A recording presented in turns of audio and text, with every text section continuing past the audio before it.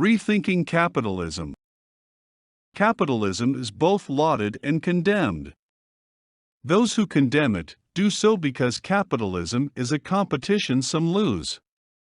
Capitalism does not have compassion.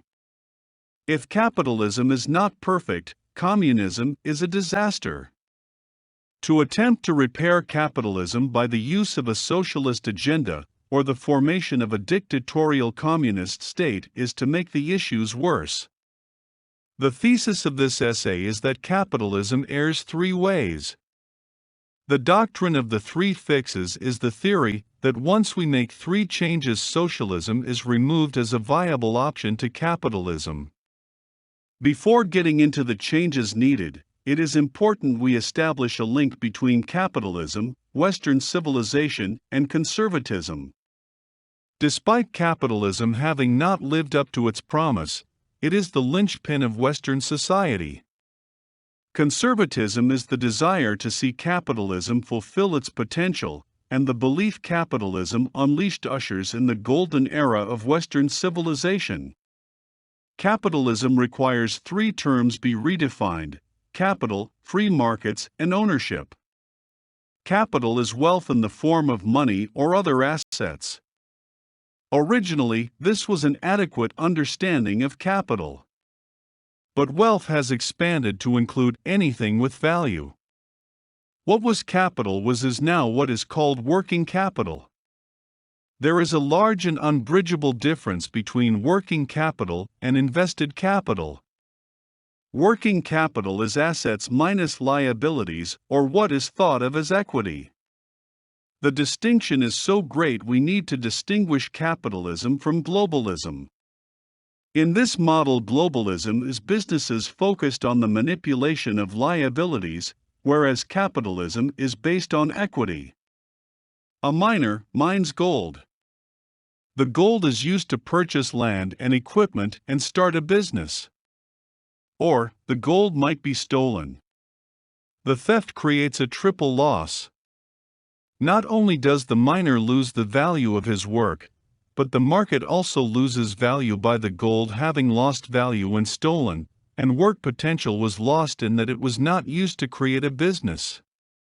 Ownership as possession creates unearned value. This is globalism. The term generally applies to multinational corporations that play one nation off against the other. But globalism as the profiting from liabilities still applies, if on a smaller scale. The investor who buys gold to warehouse it, or who buys property to live off rent or inflation, is a globalist. A globalist lives off of the possession of assets. Capitalists live off of the working capital, or the equity attached to assets. Capital is assets minus liabilities. Assets can be possessed, but not owned. Ownership as possession is the error that permitted capitalism to evolve into globalism.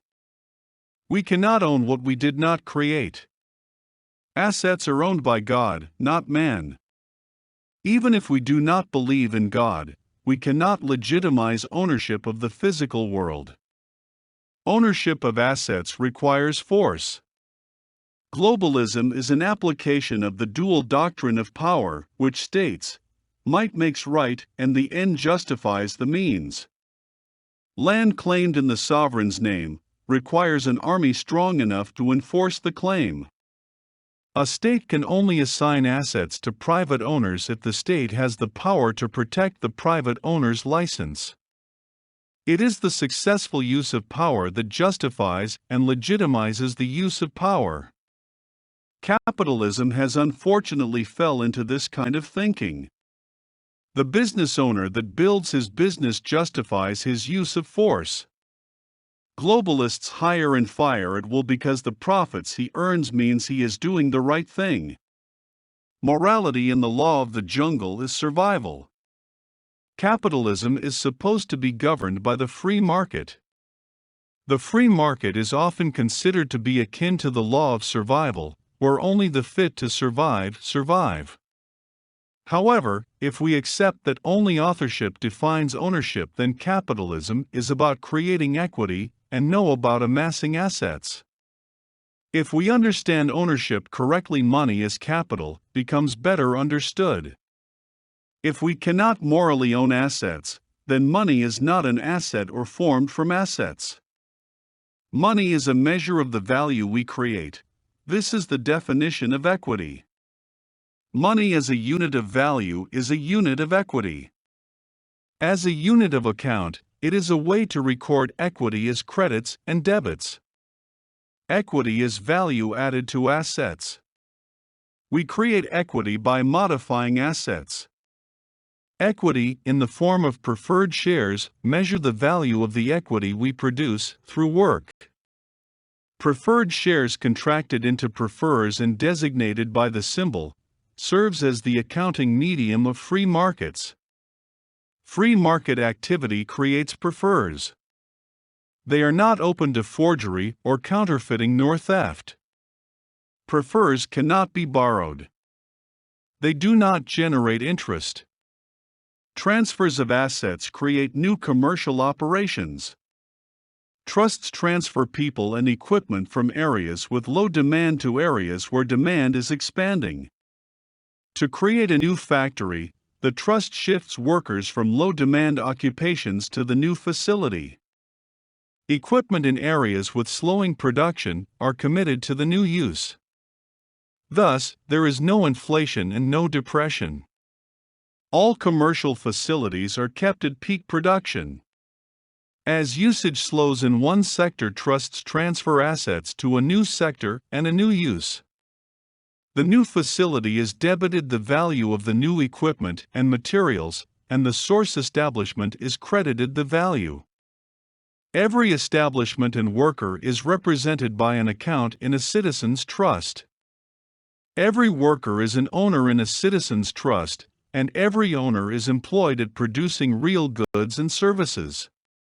The assets of the trust form the assets of a political jurisdiction.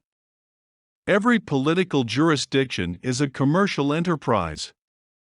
Every commercial enterprise is grounded in a political jurisdiction.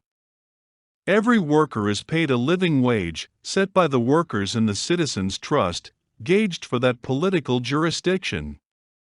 Wages are paid in prefers and all prices are in prefers.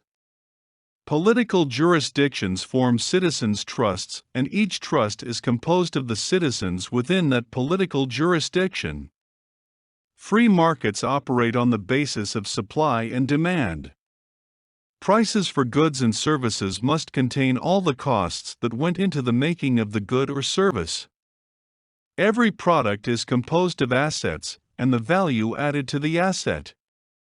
No asset has value until commercial activity adds value to it. Nature is modified for human use to make saleable products. Trusts do not charge for the asset, but for the value added to the asset. This pricing model is called the labor theory of value. The price of every product and service must contain all inputs. Free markets cannot work if there are externalized costs. If supply goes down compared to demand, prices increase. This makes it profitable to add productive capacity to where demand is high. Everyone works because there is no benefit for a political jurisdiction to have citizens who do not work. Remember, it is citizens who own the commercial operations in the political jurisdiction. Capital is equity and issued as preferred shares, forms the money used in the free market. The free market encompasses the assets contained within a political jurisdiction, owned by citizens. Ownership is based on authorship. We own what we create, and this includes our political jurisdictions, which are commercial operations dedicated to the production of capital and Western civilization.